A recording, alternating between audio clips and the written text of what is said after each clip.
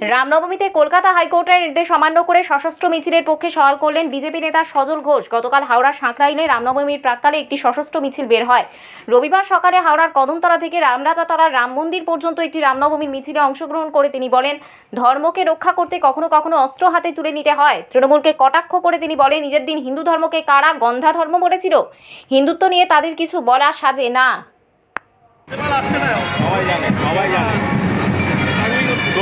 সবার আগে বলে দিচ্ছি, যা ঠিক আছে, একটু খালি আওয়াজ দেবে তাহলেই হবে।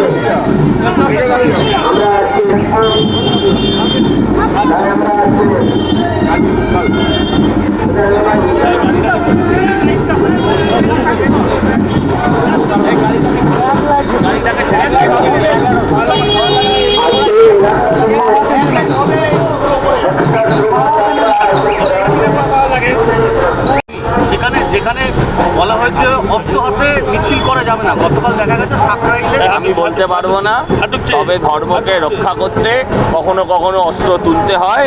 সে অস্ত্র যে যাই বলুক, অস্ত্র ধর্মকে রক্ষা করতে যদি তুলতে হয়, তুলতে হবে।